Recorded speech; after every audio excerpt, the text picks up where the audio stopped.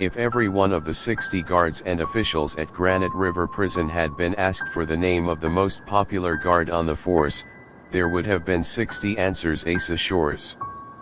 If each of the 1,500 convicts in the prison had been asked which guard was most disliked by the convicts, 1,500 answers would have been the same. Asa Shores. If some curious person had asked of each convict and each guard, who is considered the most desperate, the hardest, the shrewdest criminal in the prison, the answer would have been unanimous: Malcolm Hulsey, the lifer. True, it does not seem reasonable that Asa Shores should be liked by every guard and official and disliked by every convict. To those not familiar with the duties of prison guards, it would seem that Asa Shores' method of handling the convicts, if disapproved of by 1,500 convicts, would surely be disapproved of by at least one of the 60 guards. But the explanation is simple. Asa Shores' great-great-grandfather had followed the prisons as mariners follow the seas.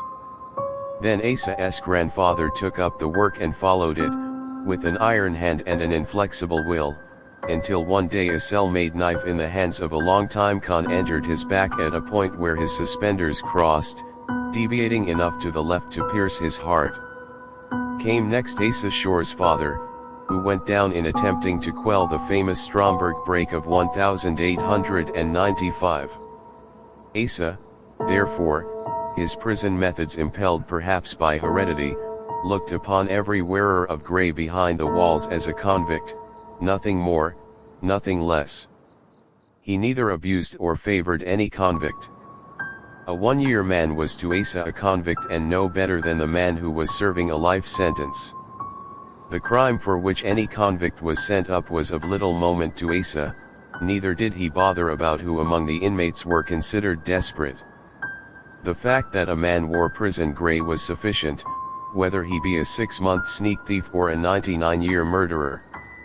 When Asa shot and killed Richard Mutt Allison, when the latter attempted to escape, the warden had said, "There was really no need of killing that half-wit short-termer, Asa. He was doing only a year and was perfectly harmless. A shot in the leg or foot would have been better." And Asa's reply had been, "I had no idea who the man was, though I have seen him dozens of times, and I did not know how long he was doing. But I would have made no difference if I had known. He was a convict, sir, and he was attempting to escape. If he was only half-whipped, as you say, he should have been in the insane asylum, not in the penitentiary." So that was that. If Asa ever gave a convict a smile, it had never been recorded. It is a known fact that he was never seen to frown upon a convict. He was, in short, the smileless, unyielding personification of duty, and every convict hated him for what he was. When Asa shot, he shot to kill, and he never missed. 4 little white crosses on the bleak hillside near the prison proclaimed his flawless marksmanship. Why was this big sandy-haired, steel-blue-eyed, middle-aged Asa Shores liked by his brother guards? There were many reasons why. It was as if Asa's unnatural, cold, vigilant, unfeeling attitude toward the convicts was offset each day when he came off duty by a healthy, wholesome desire to drop duty as a workhorse sheds an irritating harness. He was the life of the guards' quarters, a big good-natured, playful fellow, who thoroughly enjoyed a practical joke, whether he be the victim of the joke or the instigator. If he had a temper, he had never allowed it to come to the surface. He excelled in all sports in the gymnasium, and somewhere, somehow, he found more funny stories than any other man on the force. The trite old saying that he would give a friend a shirt off his back fitted him like a new kid glove. He gave freely to his friends, and, in giving, seemed to find real joy. After 12 years' service on the guard line, Asa was still an ordinary wall guard. This would seem discouraging to many, but not so to Asa. It was not generally known that he drew a larger salary than did the other wall guards. He was an excellent wall guard. Hence, he was kept on the wall, while newer men on the force were promoted to better positions. But Asa drew the salary of a shift captain and was therefore content. He did not even seem to mind when he was taken from comfortable Tower Number 1, morning shift, and detailed permanently to Tower Number 3 on the graveyard shift at night from 8 p.m. to 4 a.m. This change was deemed necessary for several reasons. First, because Asa positively refused to discriminate between short-termers and long-termers, or desperate men and harmless nuts, when using his rifle to stop a break or the attempt of a single convict to escape. The men being locked in their cells at night, Asa, as a night guard, would have little opportunity to practice rifle shooting with the running convict as the target. Another reason for detailing him to Tower Number 3 was because trouble was expected some night at that point in the yard, and with surefire Asa on the job, the officials felt that any attempt of the convicts to escape would be promptly frustrated. One of Asa's wholesome habits, when no convicts were near him, was singing. It was not singing, really, but Asa thought it was, and he shortened the long, lonesome hours at night on Tower Number 3 with songs rather, because he knew and sang but one. It was not a late or popular song, and, as Asa sang it, it sounded like the frogs that croak in the marshes at night. When I die and am buried deep, I'll return at night to take a peep at those who hated me. I'll hot and tea their homes and spoil their sleep, chill their blood, the skin will creep on those who hated me. Not a pretty song, nor did it make cheerful those guards who passed near Tower Number 3 while making the night rounds. But Asa loved that song. It was while the wall was being extended another 200 feet to make room within the enclosure for a new cell house that Asa shot the lifer, Malcolm Halsey. The end wall, extending from Tower Number 3 to Tower Number 4, had been torn down and the stones moved 200 feet farther south to be used on the new wall. A temporary barbed wire fence had been erected about the area in which the convicts worked on the new wall. Extra armed guards were stationed at intervals of 50 feet outside the enclosure to guard the working convicts. Malcolm Halsey had successfully feigned illness one day and was allowed to remain in his cell. Cell house guards had seen him lying in his bunk, only the top of his head showing above the blankets. At lockup time, the cell house guards, making the count, saw a foot protruding from under the blankets in Halsey's bunk and what they believed to be the top of his head showing at the head of the bed. At 10:15 that night, the eagle-eyed Asa Shores, on Tower Number 3, saw a dark figure slip under the lower wire of the temporary fence and run. Asa fired once and saw the man fall. Then Asa, to comply with the prison rules, yelled halt. The command, of course, was needless, Halsey having halted abruptly when a .30-30 rifle ball plowed through his shoulder. After the convict had been carried to the hospital, his cell was opened by the curious guards. A cleverly carved wooden foot protruded from under the blankets at the foot of the bed, several bags of old clothing reposed under the blankets and a thatch of black horsehair showed at the head of the bed. Before Halsey left the hospital, the new wall was completed. Tower Number 4, across from Tower Number 3, had been torn down and a new Tower Number 4 built on the new corner of the wall, 200 feet farther south. On the other corner, across from new Tower Number 4, was new Tower Number 3. Old Tower Number 3 was left standing until further orders. Asa Shores remained on the graveyard shift on Old Tower Number 3. While off duty one day, Asa, prowling about inside the walls, met Malcolm Halsey. The lifer was still a bit pale and weak from the gunshot wound. "One thing I'd like to have you explain, Mr. Shores," said Halsey. "You plugged me in the shoulder, then yelled halt. Why didn't you command me to stop before firing?" "Well, it was this way, Halsey," Asa replied, unsmiling and looking the convict squarely in the eye. I aimed at the spot where I calculated your heart ought to be, but the light was poor and I had to shoot quick. I naturally supposed you were dead when I commanded you to halt, and, believing you dead, I could see no reason for being in a hurry with the command. Sorry I bungled the job that way, but my intentions were good. But, the scowling lifer persisted, you haven't told me yet why you shot before commanding me to halt. Oh, that Asa drawled with a deprecatory shrug of his massive shoulders. That is merely a matter of form with me.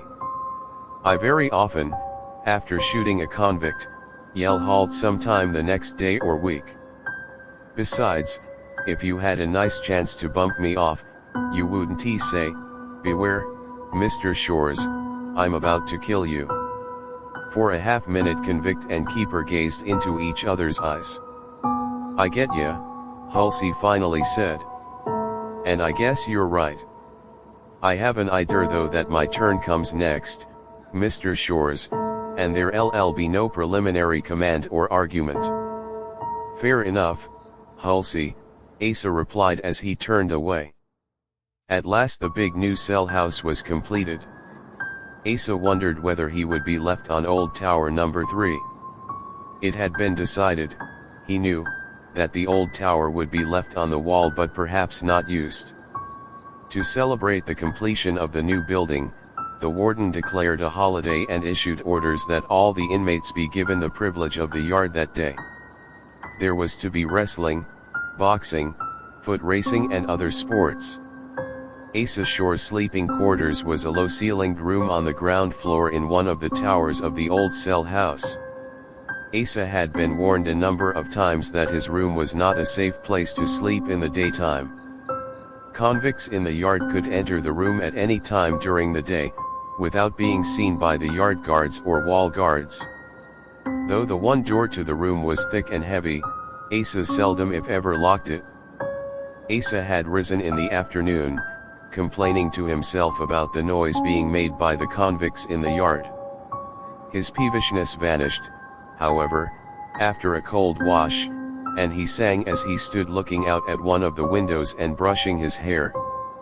When I die and am buried deep, I'll return at night to take a peep at those who hated me. I'll haunt their homes and spoil their sleep, chill their blood, the skin will creep on those who. Asa's song ended in a horrible gurgle. A trustee found him an hour later lying in a pool of blood near the open window. His throat had been cut by a sharp instrument in the hand of a person unknown. Halsey the lifer was questioned, of course, but there was absolutely nothing to indicate that it was he who committed the murder. The guards looked sadly upon all that remained of Asa Shores and said to each other in hushed voices, it had to come. Asa was too good a convict guard not to be murdered. And though the prison stool pigeons kept their ears and eyes opened, though each guard became a detective, the murder of Asa Shores remained a mystery. Old Tower number 3 was closed and the doors locked. There was no immediate use for it, but the warden was contemplating the advisability of having another guard's entrance gate cut through the wall under the tower. In this case, of course, the tower would be used again. Night Captain Jesse Dunlap sat alone in the guard's lookout, inside the walls, at 1 o'clock on the morning following the murder of Asa Shores. Bill Wilton, the night yard guard, was making his round about the buildings in the yard. Captain Dunlap lazily watched the brass indicators on the report board before him. The indicator for tower number 1 made a half turn to the left and a small bell on the board rang. The captain lifted the receiver from the telephone at his elbow and received the report, Tower number 1. Anderson on duty. All okay. Dunlap merely grunted a response and replaced the receiver on the hook. Presently the indicator for tower number 2 turned to the left, the bell tinkled, and Dunlap again took the receiver from the hook. Tower number 2. Briggs on duty. All okay. Came the report over the wire. Then came new tower number 3, next tower number 4. From the 3 outside guard posts came the reports, and one from the cell house, each guard turning in his post number, his name, and the usual OK. All the indicators on the board, except that for Old Tower number 3, were now turned. Captain Dunlap relaxed in his chair, sighed heavily and lit his pipe. Lazily his eyes wandered back to the indicator board. The unturned indicator for Old Tower number 3 held his gaze, and utter sadness gripped him for a moment. Night after night, promptly on the hour, he had seen the indicator for Old Tower number 3 flip jauntily to the left and had heard the tinkle of the little bell on the board. It had always seemed to him that the indicator for Asa Shore's tower turned with more pep than the other indicators, that the bell had tinkled more cheerily, that good old Asa Shore's report carried a note of cheerfulness that lightened the lonesome watches of the night. Now the old tower was cold, even as poor old Asa was cold. The doors were locked and barred. Never again, thought Dunlap, would be heard Asa Shore's familiar song on the quiet night air. What were the words to that song? When I am dead and buried deep, I'll return at night to take a peep at those who hated. Captain Dunlap suddenly sat erect in his chair. The pipe fell from his lips and clattered on the floor, as his lower jaw dropped and his eyes opened wide to stare at the indicator board. 4. The indicator for Old Tower number 3 was moving, not with a quick turn to the left, but in a hesitant, jerky way that caused the root of every hair on Captain Dunlap's head to tingle. Never before had the captain seen an indicator behave like that. In fact, the indicator system was designed and constructed in such a way that, being controlled by electric contacts, the various indicators would snap into position when a push button in each tower was pressed by the guard on duty in that tower. In short, an indicator, in accordance with all the rules of electricity as applied to the system, must remain stationary or jerk to the left when the button in the tower was pressed. But here was indicator for Old Tower number 3 wavering, trembling to the left, only to fall back repeatedly to a vertical position. Then again, jerkily, hesitantly to the left, as if a vagrant soul strove to brush aside the veil that banished it from the living.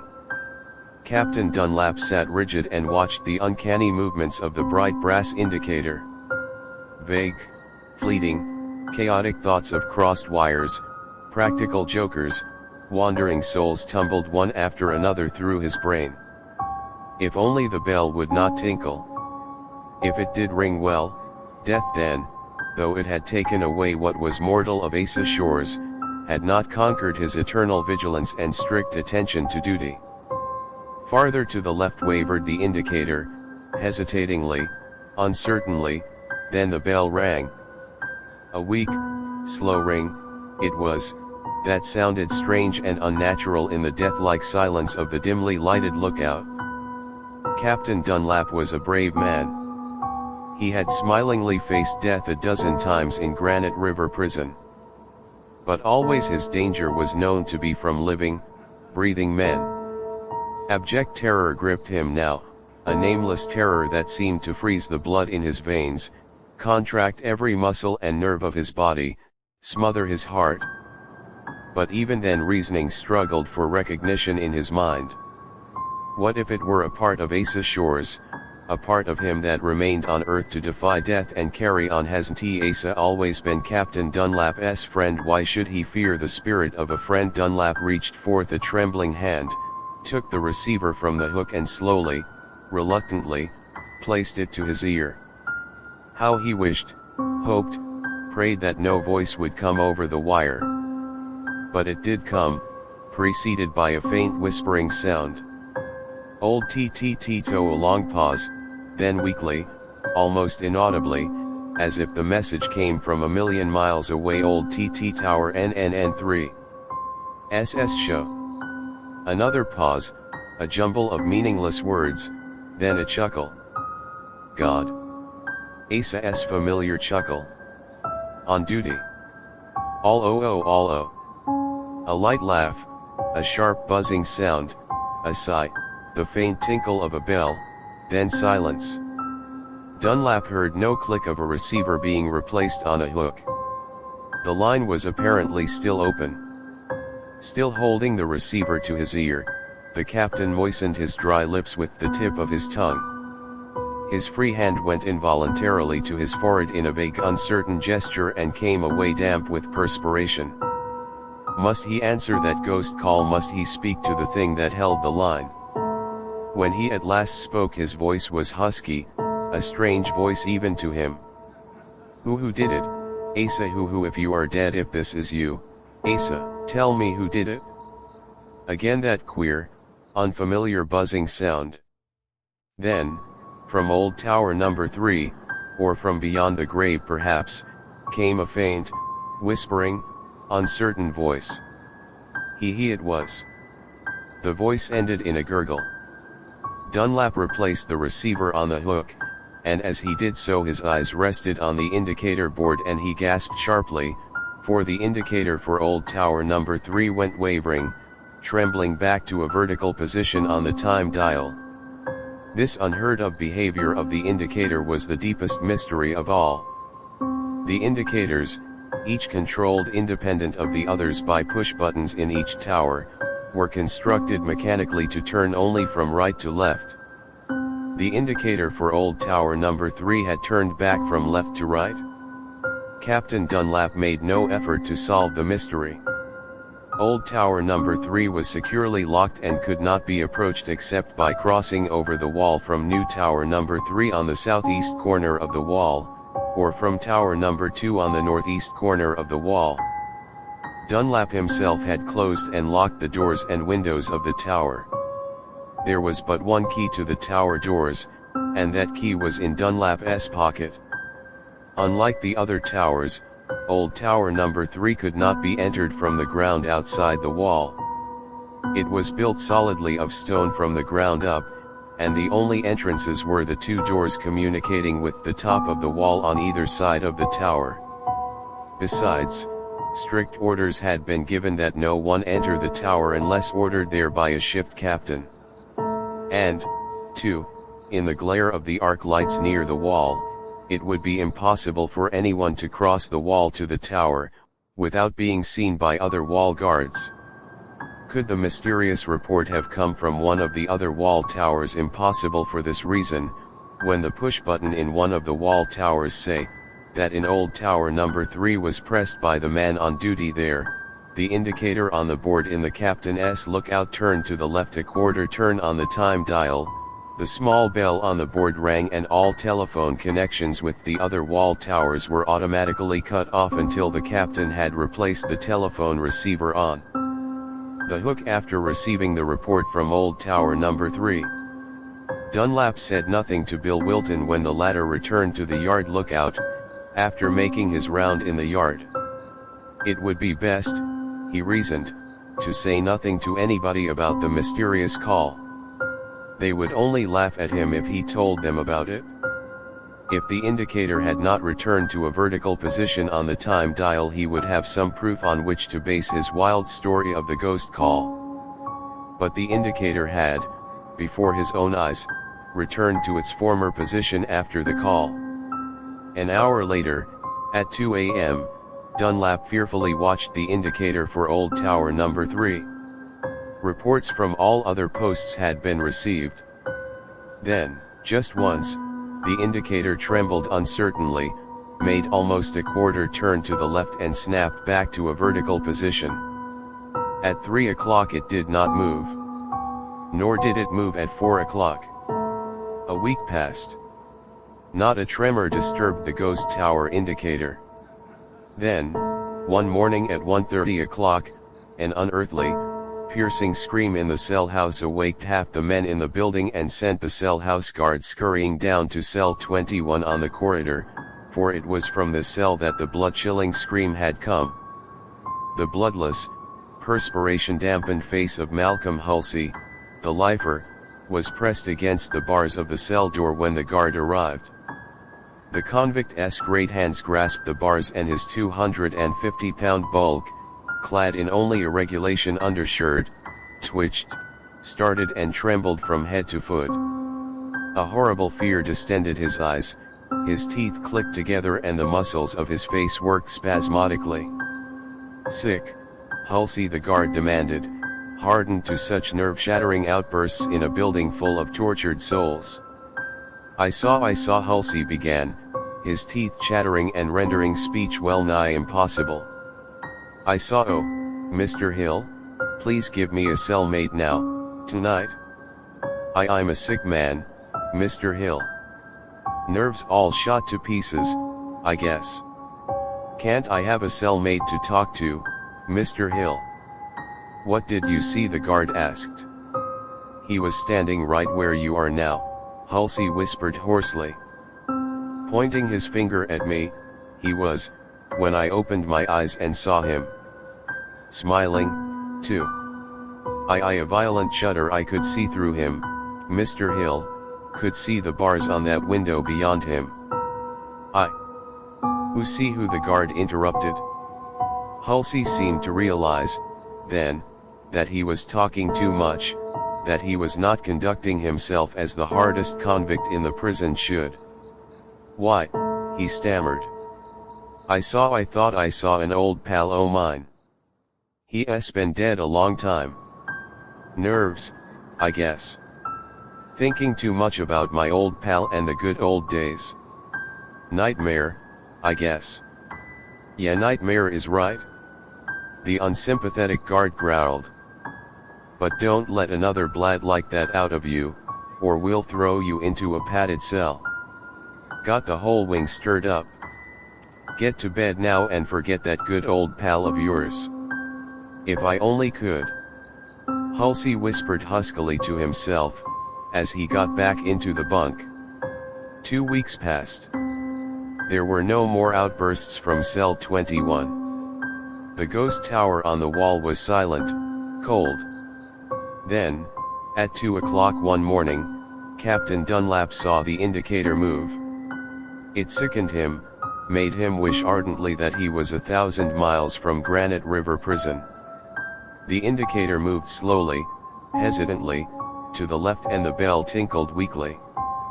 The captain placed the receiver to his ear, but no sound came, the line was dead. The indicator fell back to its original position as the captain replaced the receiver on the crotch. A few minutes later the yard guard entered the lookout. Bill Wilton, the regular yard guard on the graveyard shift, was away on leave and the substitute guard was new at the prison. Didn't I understand you to say, Mr. Dunlap, the new guard said, that there was no one on Old Tower number 3? You sure did, Dunlap answered. The guard pulled his left ear and looked puzzled. Funny, he finally remarked. Was sure I heard somebody in that tower, singing soft and low like, when I passed under it a few minutes ago. What was he singing? The captain asked, bending forward and fixing a penetrating gaze on the recent arrival at the prison. Let me see now, said the guard meditatively. Couldn't he make out much of the song? Something about when I die in the ocean deep? No, that wasn't it. When I die and am buried deep, that's it. Then there was something in it about this dead guy coming back to HANT people, and a lot of bunk like that. I see, said Dunlap, as he eased himself out of the chair. I'm going up and have a look around in that tower. You stay in here until I return. Dunlap went outside the walls and up through New Tower number 3, where he questioned guard Jim Humphrey. Humphrey had not seen or heard anything unusual in or about Old Tower number 3. Captain Dunlap, as he walked over the wall toward the ghost tower, admitted frankly to himself that he was scared stiff. Pausing at the door, he glanced nervously through the window. The yard lights lit up the interior of the tower sufficiently to assure him that no one or thing was inside. He unlocked the door and entered. With a flashlight, he thoroughly examined the telephone. Dust had settled on the instrument. The receiver and the transmitter had apparently not been touched since Asa Shores left the tower. Dust had settled on the doorknobs inside. That the knobs had not been touched since Shore's death was obvious. The one chair, the window sills, the small washstand and wash basin, all were covered with a thin, undisturbed film of fine dust. There on the telephone battery box reposed Asa's old corncob pipe and, near it, a small box of matches. The window latches were just as Dunlap had left them when he closed and securely locked the tower a month before. It was a puzzled and nervous prison official that left the tower, relocked the doors and returned to the inside lookout. Next day Malcolm Halsey, the lifer, was admitted to the hospital. The doctor's diagnosis was nervous breakdown. But Halsey, though his nerves were all shot to pieces, was still capable of shrewd plotting. His admittance to the hospital had been hastened by a diet of soap. Halsey was so anxious to get far away from Granite River Prison, and was so certain of his ability to do so if he could only be admitted to the hospital, that he had resorted to the old but effective expedient of soap eating.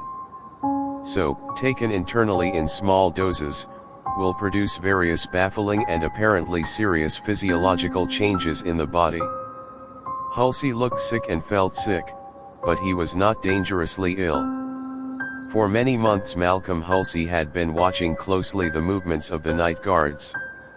During his stay in the hospital, while recovering from the gunshot wound in his shoulder, he had doped out a possible means of escape, and he was on the point of making the attempt when the doctor pronounced him sufficiently recovered to be returned to the cell house.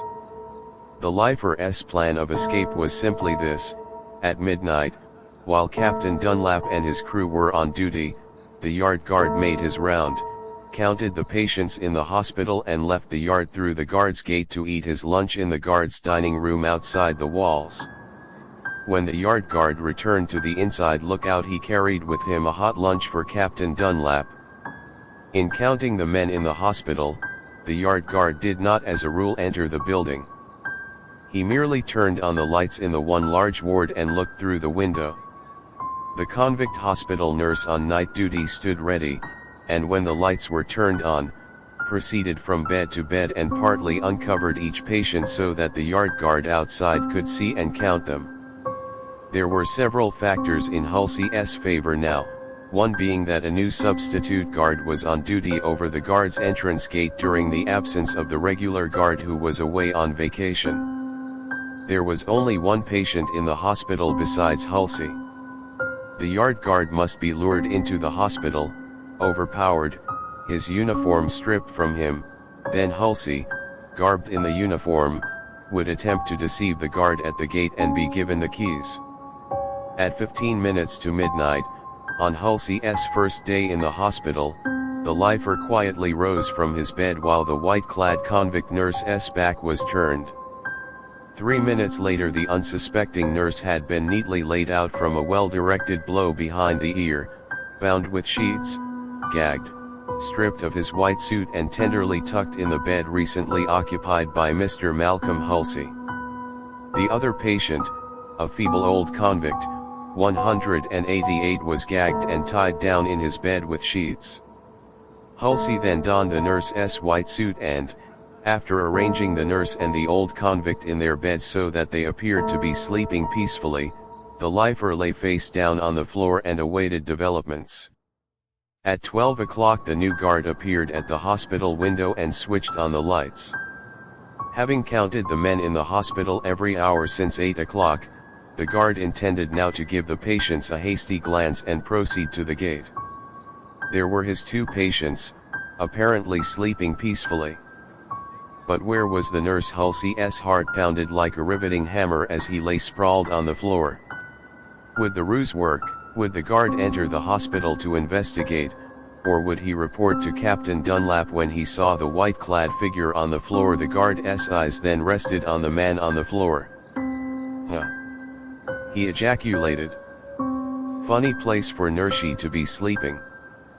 But the nurse's sprawled form did not indicate slumber. The guard was puzzled.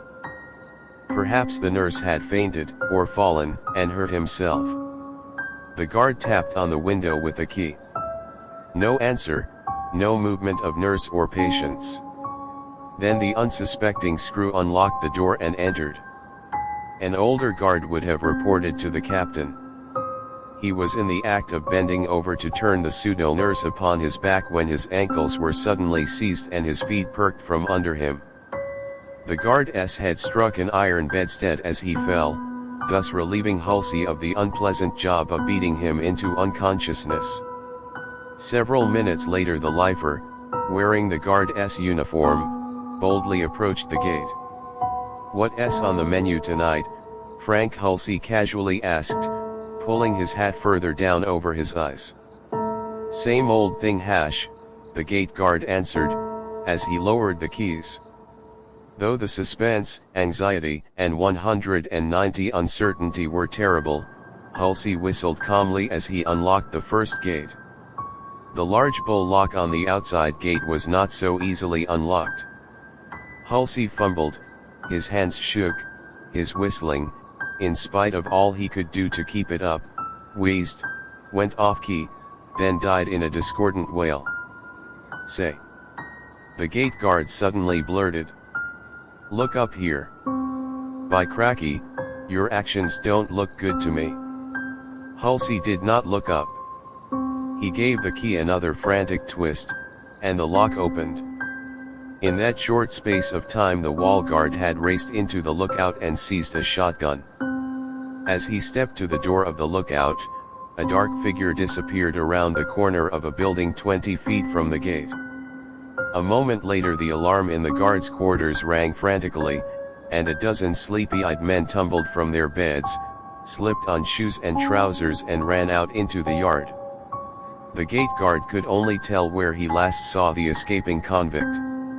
To capture the man on such a dark night seemed hopeless, considering, too, that the fleeing man had a 7-minute start.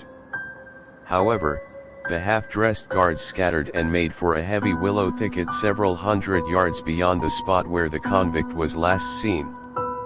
For 5 minutes after the pursuing guards disappeared in the darkness, silence reigned over the prison.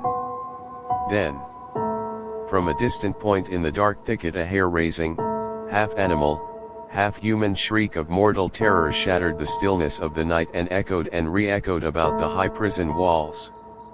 White-faced guards, temporarily unnerved by that fearful wail, crashed through the brush, their flashlights playing about like the eyes of spending demons. Then they found Malcolm Halsey the lifer, groveling face down in the mud of a little creek bank, hands clutching at empty air, great spasms of maniacal terror passing through his body, the one-time terror of the prison muttered insane, incoherent things. 2 guards pulled him to his knees. Others turned flashlights on his face, a face such as is seen in horrible nightmares, a ghastly face, partly covered with black mud, an avid face where it shone through the grime. The eyes were wide, protruding, glassy.